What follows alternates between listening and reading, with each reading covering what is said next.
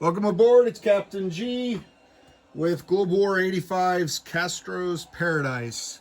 Term 5.1, the Soviet Union and the will of the people. Planning phase. Let's go to global operations. We are going to do a global operations. Sorry, I took you off the map prematurely. We're going to drop one die into Ecuador in an attempt to spread La Revolucion. All right, so one die, no IPP investment. 10 or more. And that is a 7. A 7. So that is an unsuccessful insurgency attempt.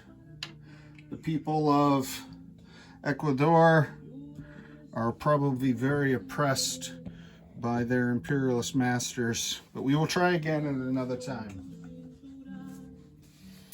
All right, staying in the planning phase, let's go to purchase units. Get that where you can see it. All right, we walked into this turn with only 18 IPP. We're spending 4 on a diesel electric, 3 on a guided missile frigate as the naval arms race continues in the South Atlantic. The remaining 11, we're spending 4 on an airborne, 4 on a mech, and 3 on a light infantry. And we produce 1 anti-ship missile and 1 cruise missile. Let's move on to attacks.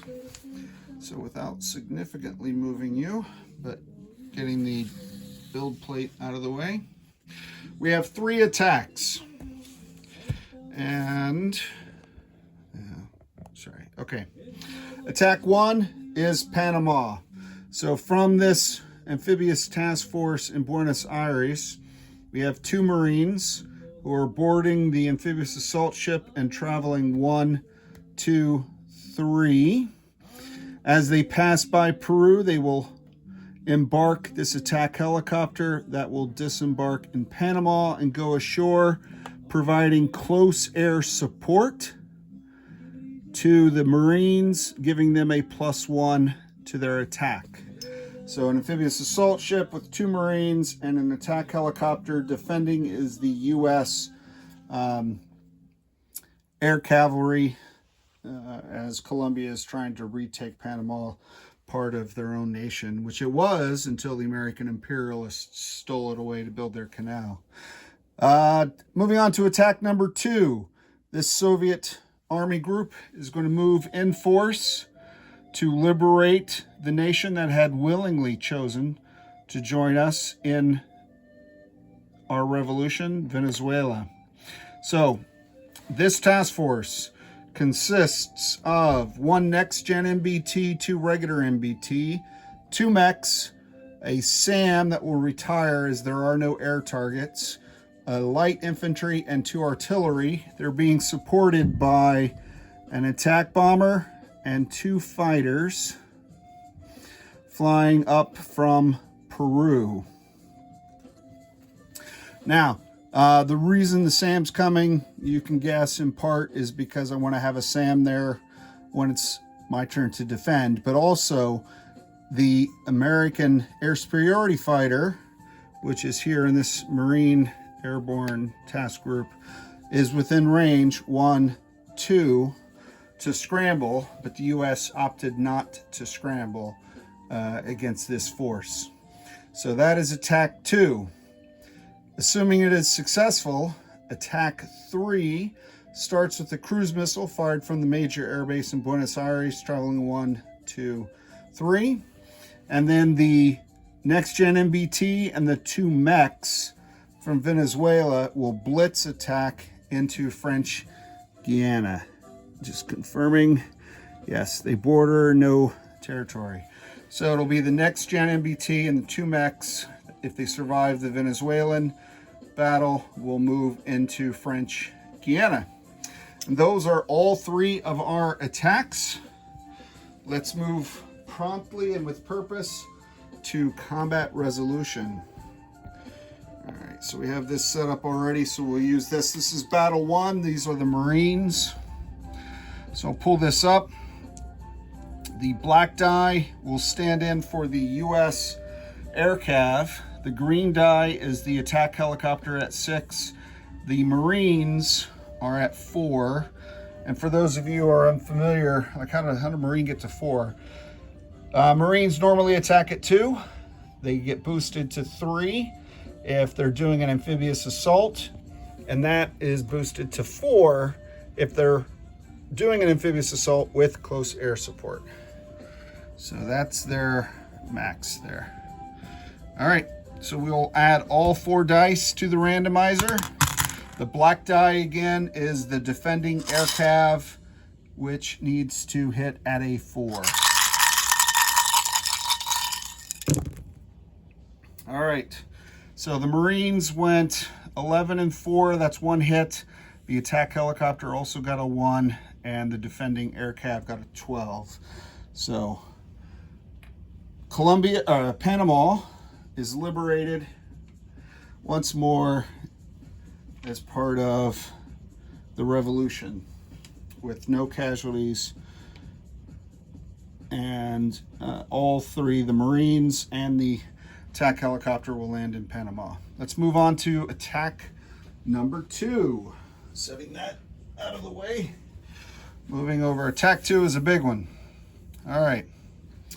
So, first strikes. We have 2 first strikes. I don't want to mess up the way I did China. So the SAM will be firing first strike at Soviet air, and then the Soviet artillery, 2 dice at 3, become 4 dice at 3 because of the chemical weapons. The chemical weapons marker, which gives them that second dice. So I will set aside all the other dice, and I'm going to go ahead and roll both. It's obvious which is which. The yellow are the Soviet artillery chem, and then the blue are the Soviet dice, and the yellow are the American AMD air defense, SAM firing air defense. All right, here we go. All right, let's look at the dice. For the artillery, we have 1, 3, 6, 12. Can you see that? And 12 are all misses. And for the AMD, for the SAM firing air defense, I write it down as AMD, 6, 12, 11, 3 misses. So only 1 hit, and if you remember last time, chemical, the first hit reduces the defense value. So now the American light infantry will be defending at 3 instead of 4, but they've taken no casualties. This does not kill anyone. All right, so let's move to the bulk of the attack. We have to get 3 hits. 3 hits. We have the light infantry at 2. We have the next gen MBT at 6. We have 2 mechs at 4. We have, 2 MBTs at 4, 2 mechs at 3. We have the attack bomber. The fighters are also at 6, but they have a different target select. So the 2 fighters will be using this alternate green, but they're still 6s. Okay? So that's all the attacking dice. Make sure you can see everything. All right, we need 3 hits. Wow, the light infantry. Look at that. The People's Army. The 11 is a miss for the bomber. 11 and 9 are misses for the aircraft. 5 is a hit with the next gen. 5 is a miss. 8 is a miss. 5 is a miss. 12 is a miss. So only 2 hits. Only 2 hits on the U.S., and that will be their SAM, which had to retire anyway, and 1 of the light infantry. But he still gets to shoot back in defense. So set those aside, and the U.S. has 2 light infantry units firing back in defense at 4. All right, a 12 and a 3. A 3 is 1 hit. The Soviets will take a hit on their light infantry. All right, I've removed casualties off to the side. Then it leaves 1 defender for round 2. We'll bring back 2 MBTs, 2 mechs, 1 next gen, 2 fighters, 1 attack bomber, and I think that's, yeah, that's it, because I lost the light infantry, and the other 2, oh, the other 2 white were for the US, but they were reduced by chem. All right. I need 1 hit. 1 ping only, Vasily. All right, so we got a hit with the fighter. Fighter and attack bomber missed. Also got a hit with 1 of the mechs and both of the MBTs. Oh, look at that. Could have had that the first round and wouldn't have had to risk further damage from this defending U.S. light infantry. We offer terms of surrender, and he took it. All right, great. So no additional casualties for the Soviets. The light infantry is removed, and he comes off. So Venezuela is returned to the country that they chose by diplomacy, remind you, to join the Soviet Empire. Communist Revolution. All right, third attack. Now, let's go back here. Now, the next gen MBT and the 2 mechs continue, 1, 2, into French Guiana, where there are 2 U.S. light infantry and a cruise missile. And this is, to quote a good friend of mine, this is kind of sketchy. This one's kind of sketchy. We're stretching the odds here. No chem war, very little in the way of first strike capability, no room for error. And this is likely going to be where the U.S. counterattacks, but we'll see. All right, so here's my only first strike. This is the Soviet cruise missile coming in. 5 or less. 5 or less. Take out one of those defenders.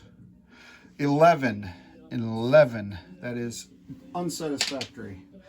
All right, so now I have 2 3s and a 6. 2 3s and a 6. Whoa! All right, 2 hits. Way to go, mechs. All right, 2 hits. So that means we do take the zone. The 2 defending light infantry get to return fire. Unless they want to surrender, I will take surrenders. No. Oh, these guys were fresh from Fort Bragg. They refused to surrender. They went down fighting. Good job, guys. Well, as an American, I say that, but as the Russian player, that sucks. So 2 hits means I lose my 2 mechs. I lose my 2 mechs, and that completely exposes my next gen MBT, but that's okay.